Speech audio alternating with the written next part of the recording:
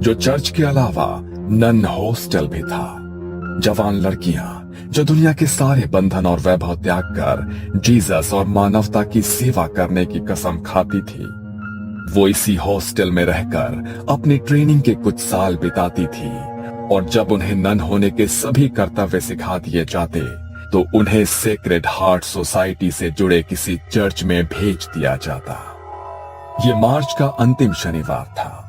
Church में evening prayer हो रही थी। तभी मदर सुपीरियर एग्नेस, जो इस नन ट्रेनिंग सेंटर की हेड थी, उन्होंने एक 22 साल की लड़की से बाकी लड़कियों का परिचय कराया। ये है गॉड स्पेशल चाइल्ड मारिया। आप सभी की तरह इनका जन्म भी सिर्फ सांसारिक सुखों में अपने जीवन को व्यर्थ करने के लिए नहीं, बल्कि प्रभु के चरणों की सेवा के लिए हुआ है। यह हमारे साथ इसी चर्च में रहेंगी। मदर एग्नेस ने अपनी तरफ से नन मारिया का इंट्रोडक्शन दे दिया था, लेकिन मारिया के चेहरे पर गहरी उदासी की परत चढ़ी दिखाई देती थी।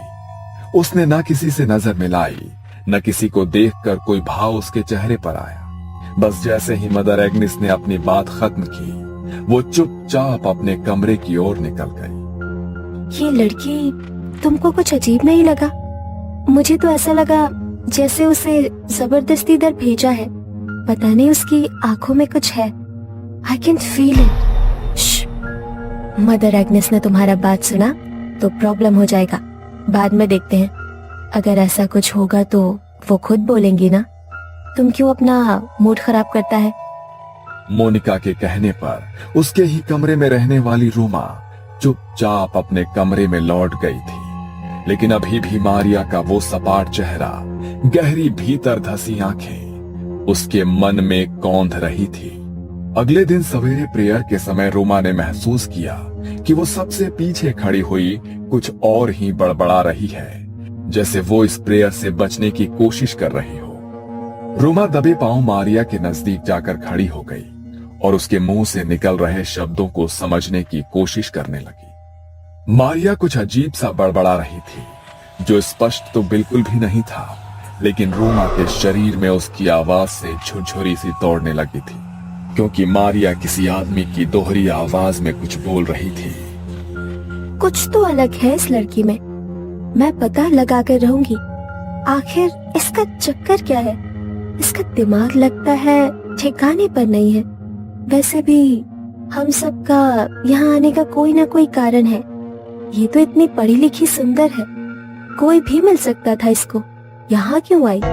रोमा के मन में कई सवाल थे, जिनके उत्तर जानने के लिए वो काफी परेशान थी। शाम को प्रेयर के बाद सभी अपने कमरे में सोने की तैयारी कर रहे थे, लेकिन रोमा ने आज कुछ अलग सोचा हुआ था। सबके सोने के बाद वो दबे पांव मारिया के कमरे की खिड़की पर पहुंची और अंदर झांक कर देखने लगी। लेकिन वहां का नजारा देखकर रोमा के रोंगटे खड़े हो गए थे।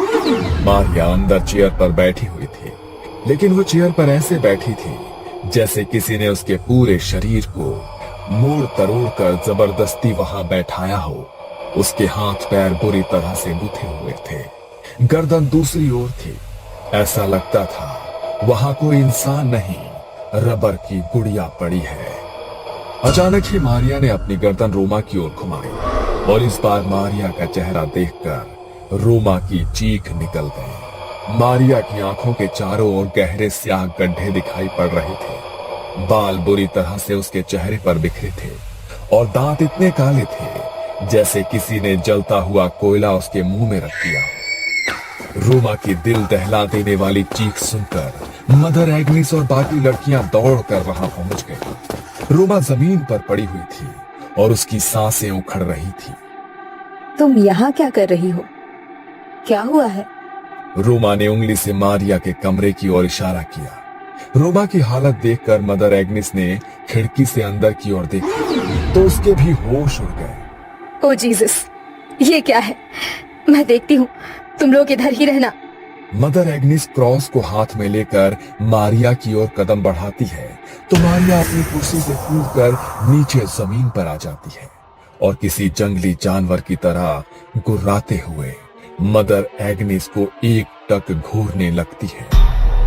एग्नेस धीरे धीरे क्रॉस को अपने हाथ में पकड़े मारिया की ओर बढ़ रही थी। तभी अचानक उनके हाथ से क्रॉस छूटकर नीचे गिर पड़ता है। अगले ही पल मारिया की आंखों की पुतली काली हो जाती है। उसकी उंगलियां कड़कड़ की आवाज के साथ पीछे घूम जाती है और मारिया किसी जानवर की तरह एग्निस के ऊपर छलांग लगाकर उसके हाथ का मांस चबा डालती है। वो किसी शैतान की तरह मदर एग्निस का मांस अपने मुंह में दबाए वहां खड़ी हुई थी और मदर एग्निस दर्द से बेहाल हो रही थी। हमला करने के बाद मारिया वापस जाकर उसी कुर्सी पर बैठ जाती है और अजीब सी आवाज में कुछ बड़बड़ाने लगती है। मारिया के मुंह से सुनाई दे रही आवाज ऐसी थी मानो एक साथ 2-3 लोग बोल रहे हों। चीख पुकार सुनकर चर्च में रहने वाले फादर भी वहां पहुंच जाते हैं और मदर एग्निस की ऐसी हालत देखकर उन्हें वहां से बाहर ले आते हैं। मारिया अभी कुछ शांत दिखाई दे रही थी और इसी मौके का फायदा उठाकर मारिया को उसके कमरे में बंद कर दिया जाता है। मारिया की ऐसी हालत देखकर सभी हैरान थे। बाकी की लड़कियों में भी डर का माहौल बन गया था। फादर स्टीव समझ चुके थे कि ये कोई इंसानी नहीं, शैतानी ताकत का काम है। इसलिए बाकी की लड़कियों को उस कमरे से दूर रहने की सलाह दी जाती है और वो क्रॉस को माथे से लगाकर कुछ बुदबुदाने लगते हैं। अगले दिन सुबह प्रेयर का समय था। फादर ने सभी ननों को मारिया के कमरे के बाहर बुलाया और एक साथ प्रेयर करने के लिए कहा। पवित्र जल हाथ में लेकर फादर मारिया के कमरे में दाखिल हुए। एक तरफ बाकी की नन मिलकर लगातार प्रेयर कर रहे थे और दूसरी ओर फादर हाथ में पवित्र जल लेकर मंत्र बोलते हुए उसकी ओर बढ़ रहे थे। फादर को देखकर मारिया के चेहरे के भाव बदलने लगे। वो घबरा कर एक कोने में सिमट रही थी। प्रेयर की आवाज उसके कानों में पहुंच रही थी, जिससे वो अपने दोनों कानों पर हाथ रखकर बचने की कोशिश कर रही थी। अचानक एक चीख के साथ वो जमीन पर गिर पड़ी और उसी के साथ फादर स्टीव ने पवित्र जल छिड़ककर बाकी सभी को यकीन दिला दिया कि मारिया के ऊपर जो भी शैतानी साया था वो पवित्र जल और प्रार्थना की शक्ति से उसे छोड़कर जा चुका है। पवित्र जल ने जहां जहां मारिया के शरीर को छुआ था वहां पर छाले जैसे बन गए थे। ऐसा लगता था जैसे मारिया को किसी ने तेजाब से जला दिया हो। कुछ देर बाद मारिया को होश आया तो वो दर्द से कराहती हुई पहले से काफी कमजोर नजर आ रही थी। उसके शरीर में अब मुश्किल से उठने बैठने जितनी ताकत बची थी। चेहरा एकदम मुरझा चुका था, शरीर भी मानो झुक गया था। मारिया की हालत को देख मदर उसे उसके कमरे के बिस्तर पर ही लिटा देती है। ओह जीसस, इसका हालत बहुत खराब लग रहा है। इसे यही आराम करने दो, होली वाटर इसको ठीक कर देगा। अगले 2 दिन बेहद सन्नाटे में गुजरे। मारिया ऐसे ही बिना कुछ खाए पिए, बिना एक भी शब्द बोले अपने बिस्तर पर पड़ी रही। 2 दिन बाद उसने टूटे फूटे शब्दों में पानी मांगा। मदर के कहने पर मारिया को पानी पिलाया गया। मारिया अब थोड़ी सामान्य सी नजर आ रही थी। ऐसा लगता था कि जैसे जो भी बुरी शक्ति थी वो वाकई में उसे छोड़कर अब जा चुकी है। मारिया की ऐसी हालत देखकर मदर एग्निस ने प्यार से उसके सर पर हाथ फेरा। कुछ खाओगी? मारिया ने हाँ में गर्दन हिलाई और फिर कई दिनों के बाद मारिया ने भर पेट खाना खाया। वो खाती ही जा रही थी जैसे न जाने कितने सालों से भूखी हो। जैसे जैसे समय बीत रहा था मारिया के खाने की गति और तरीका बदलते जा रहा था। मारिया का पूरा मुंह खाने से सन गया था। खाना खाने के बाद मारिया कुछ अलग सी नजर आने लगी थी। एक बार फिर उसकी आंखें बदलने लगी और वो कुछ अजीब सी भाषा में बड़बड़ाने लगी। ये बार बार अलग भाषाओं में बोल रही है, लेकिन इसने इतनी सारी भाषाएं सीखी कब? आप तो कह रही थी ये अनाथ आश्रम में रहकर पढ़ी है। क्या वहाँ पर ये सब भी सिखाते हैं? और आपने उसे खाना खाते हुए देखा? ऐसा लग रहा था जैसे कोई इंसान नहीं जानवर खा रहा हो। मुझे नहीं लगता ये अपने होश में है। इस समय जो कुछ भी कर रही है ये उसके अपने बस में नहीं है। इससे पहले कि कोई कुछ कर पाता मारिया एक बार फिर से नॉर्मल हो गई थी। ऐसा लगता था अभी कुछ देर पहले जो भी हुआ उसे उसकी जानकारी ही नहीं है। मारिया का स्वभाव गुजरते समय के साथ अजीब और अजीब होता जा रहा था। मदर एग्नेस और फादर स्टीव समझ गए थे कि मारिया को संभाल पाना उनके बस का नहीं है। मारिया को शुक्रवार तक यहाँ पर ही रखना होगा, उसके बाद फादर एडमंड ही कुछ कर सकते हैं। 3 दिन बाद शुक्रवार को फादर एडमंड वहां आए और देर रात सबके सोने के बाद एक्सोर्सिज्म यानी कि मुक्ति की प्रक्रिया शुरू की। मारिया को एक कुर्सी पर बांध दिया गया। उसके चारों ओर क्रॉस और जलती मोमबत्तियां रखकर पवित्र जल का छिड़काव कर दिया गया और उसी के साथ फादर ने मंत्र पढ़ने शुरू कर दिए। मारिया की आंखों की पुतली एक बार फिर से काली नजर आ रही थी। उसके चेहरे पर शैतानी मुस्कान दिखाई दे रही थी। मारिया एक साथ कई भाषाओं में जाने क्या बोल रही थी। कभी उसके मुंह से नन्हे बच्चे की आवाज सुनाई देती, तो कभी किसी आदमी की कड़कती आवाज कानों में पड़ती। जैसे जैसे फादर मंत्र पढ़ते जा रहे थे, मारिया अब गुस्से में दिखाई देने लगी थी। अचानक ही मारिया जोर से चिल्लाती है और उसी के साथ उसके आसपास लगी सभी मोमबत्तियां एक साथ बुझ जाती है। और तभी फादर देखते हैं कि जमीन पर रखे क्रॉस और मारिया के बीच की जमीन फटने लगी है। मारिया बुरी तरह से चीख रही थी। उसकी चीख की तेज आवाज किसी के भी बर्दाश्त से बाहर होती जा रही थी। अचानक ही मारिया का शरीर बुरी तरह से अकड़ने लगता है और उसी के साथ मदर एग्नेस की आंखों का रंग भी गहरा काला पड़ जाता है। मुझे छोड़ दो, मैं बताती हूँ, सब बताती हूँ। ये सब 1 साल पहले शुरू हुआ था। मारिया एक नन कभी बनना ही नहीं चाहती थी। वो तो शादी करके अपना हैप्पी लाइफ स्टार्ट करना चाहती थी। ये हर संडे को सिटी चर्च में आकर प्रेयर में अपनी आवाज में गाने गाकर सुनाती थी। मारिया जैसी सुंदर और खुश मिजाज लड़की को देखकर उस चर्च के यंग फादर नील का दिल उस पर मचलने लगा। नील ये भूल गया था कि उसने चर्च के लिए अपना जीवन समर्पित करने की कसम ली है। धीरे धीरे दोनों के बीच बातें शुरू हुई और जवानी के आवेग में ये दोनों रिश्ते में आ गए। मारिया और नील दोनों के लिए इस रिश्ते को सबके सामने लाना असंभव था, क्योंकि एक फादर उम्र भर कुंवारे रहने की कसम खाता है। अगर ये बात सोसाइटी में किसी को भी पता चलती तो बहुत बड़ा तमाशा होता। चर्च की रेपुटेशन खराब होती सो अलग। इसीलिए वो अब अपनी गलती सुधारना चाहता था। उसी दिन मारिया जब चर्च में प्रेयर के लिए आई तो उसने बताया कि वो 4 महीने की प्रेग्नेंट है। फादर नील के पैरों के नीचे से जमीन निकल गई थी। वो कुछ भी समझने की हालत में नहीं था। वो उस बच्चे को एक्सेप्ट नहीं कर सकता था और मारिया जिद पर अड़ी हुई थी कि वो अपने बच्चे को दुनिया में लाकर ही रहेगी। जब बातों से मारिया नहीं मानी तो नील ने मुझे सारी बातें बताई और मदद मांगी। मैंने वादा किया कि मैं उसकी मदद करूंगी, लेकिन पहले जरूरी ये था कि वो मारिया को बच्चे से छुटकारा पाने के लिए राजी करे। आधी रात का समय था। बाहर भयंकर तूफान आया हुआ था। मारिया को प्रसव पीड़ा शुरू हो चुकी थी और ऐसी हालत में सिटी चर्च में सिर्फ 3 लोग मौजूद थे, फादर नील, मारिया और नर्स जूली। मैंने नर्स जूली को सिटी चर्च में पहुंचने के लिए कहा था। जूली आ गई है ना? तुम चिंता मत करो, वो सब संभाल लेगी। यस, जूली तो आ गई है, लेकिन मारिया की हालत बहुत खराब है। मुझे कुछ समझ नहीं आ रहा, अगर उसे कुछ हो गया तो। मारिया की डिलीवरी समय से पहले कराने के लिए हमने धोखे से दवाइयाँ दी है। ऐसी कंडीशन में मरीज की हालत बिगड़ती ही है। इस समय तुम अपनी रेपुटेशन की चिंता करो, मारिया की नहीं। और अगर मर जाएगी ना तो अच्छा ही है। तुम्हारे लिए रास्ते का रोड़ा अपने आप साफ हो जाएगा। रात के तकरीबन 2 बजे बच्चे का जन्म हुआ। तब तक मैं भी सिटी होली चर्च पहुंच गई थी। मारिया की हालत खराब थी।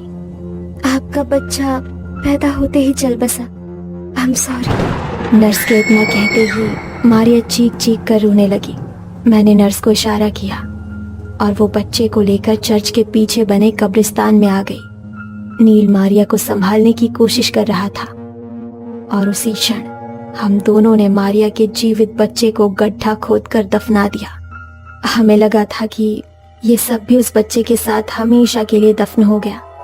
लेकिन कहते हैं ना, सच्चाई चाहकर भी छिपती नहीं है। मारिया को बदहवासी से रोते देख नील अपने आपे से बाहर हो गया। अरे क्या रोना धोना लगा कर रखा है तुमने? अगर जिंदा भी रहता तो क्या मिल जाता तुम्हें? अब तुम भी सुकून से जियो और मुझे भी जीने दो। कभी सोचा भी है कि अगर मैंने ये फैसला ना लिया होता तो जिंदगी बर्बाद हो गई होती हम दोनों की। तुमने क्या किया मेरे बच्चे के साथ? सच सच बताओ, कहीं ऐसा तो नहीं उस नर्स ने झूठ बोला मुझसे? हाँ, झूठ बोला हमने तुमसे। अब बेहतर होगा कि तुम अपने मुंह पर ताला लगा लो। मारिया घंटों तक रोती चिल्लाती रही, लेकिन अब कुछ नहीं किया जा सकता था। मारिया जानती थी फादर नील सबकी नजर में एक संत है। वो चीख चीख कर भी अपनी सच्चाई बताएगी तो भी कोई भरोसा नहीं करेगा, और वैसे भी अब इस सच को साबित करने के लिए उसके पास कोई सबूत भी नहीं था। मारिया अब खामोश सी हो गई थी। दिन भर किसी से बात करने वाली मारिया अक्सर रात में कब्रिस्तान में जाकर चीख चीख कर रोया करती थी। फिर उसने कब्रिस्तान जाना छोड़ दिया। एक रोज मेरे पास फोन करके मारिया ने कहा कि वो नन बनना चाहती है। शुरू में मैंने उसे समझाने की कोशिश की, लेकिन वो मानो अपनी जिद पर अड़ गई थी। नील के धोखे ने उसे पूरी तरह से तोड़ दिया था, और अब वो इस संसार में किसी के साथ भी नाता रिश्ता नहीं रखना चाहती थी। और फिर मैं उसे अपने साथ यहाँ ले आई। कॉल नील, वरना ये मारिया जाएगी। फादर कुछ मंत्र पढ़ते हैं और मारिया के ऊपर हॉली वाटर की कुछ बूंदें छिड़क देते हैं। मारिया खुद को अपने बच्चे की मौत का जिम्मेदार समझ रही थी। उस गिल्ट ने उसको भीतर से बिल्कुल खोखला कर दिया था। आधी रात को कब्रिस्तान में जाकर मरे हुए बच्चे को पुकारने के कारण शैतानी रूहों ने उसके शरीर पर कब्जा कर लिया है। इन रूहों में मारिया के नन्हे बच्चे की आत्मा भी शामिल है, जो अब अपना बदला लेना चाहता है। फादर ने एक्सॉर्सिज्म की प्रक्रिया को और भी तेजी से शुरू कर दिया। वो लगातार हॉली वाटर छिड़क कर मंत्र पढ़ रहे थे। बंद करो, बंद करो। चीखते हुए मारिया ने खुद का हाथ उल्टी दिशा में घुमा दिया। मारिया के हाथ की हड्डी टूट गई थी, और उसी के साथ मारिया की दिल दहला देने वाली चीख सुनकर सभी का दिल दहल उठता है। कॉल नील। फादर नील को बुलाने का इशारा करते हैं, और कुछ ही देर में फादर नील वहां पहुंच जाते हैं।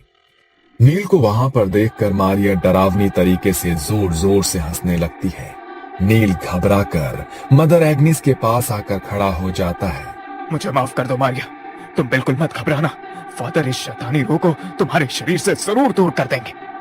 फादर लगातार हॉली वाटर छिड़ककर मारिया का एग्जॉर्सिज्म पूरा करने की कोशिश कर रहे थे। अचानक ही मारिया अपनी गर्दन ऊपर की ओर उठाती है, और उसी के साथ मदर एग्नेस और फादर नील का शरीर हवा में ऊपर उठने लगता है। बुझी हुई मोमबत्तियां एकाएक जल उठती है, और उसमें से 2 मोमबत्ती जाकर मदर एग्नेस और नील के कपड़ों को आग लगा देती है। मारिया एक बार फिर से लड़खड़ाती जुबान में बड़बड़ाती है, एक पाप, एक ही सजा। नील और मदर एग्नेस जमीन से इतनी ऊंचाई पर थे कि कोई चाहकर भी उनके शरीर से उठ रही आग की लपटों को बुझा नहीं सकता था। फादर के हाथों में पकड़ा हुआ हॉली वाटर उनके हाथ से छूटकर नीचे गिर पड़ता है, और उसी के साथ मारिया की गर्दन एक ओर लटक जाती है। झुलसने के कारण मदर एग्नेस और फादर नील की मौत हो गई थी, और मारिया, उसकी टूटी सांसें अभी भी बाकी थी। मारिया को तुरंत अस्पताल ले जाया गया, और वहां पर कुछ दिन बिताने के बाद वो स्वस्थ हो जाती है। यूं तो फादर एडमंड ने आज तक बहुत से एग्जॉर्सिज्म किए थे, लेकिन उनके चर्च में किया हुआ यह पहला एग्जॉर्सिज्म था जो किसी नन के ऊपर हुआ था, और जिसमें 2 जान भी चली गई थी। सिटी हॉली चर्च और सेक्रेड हार्ट चर्च को इस घटना के बाद बंद कर दिया गया, लेकिन मारिया और फादर एडमंड के लिए ये एक बुरा सपना बन गया, जो आज भी उन्हें रातों को सोने नहीं देता।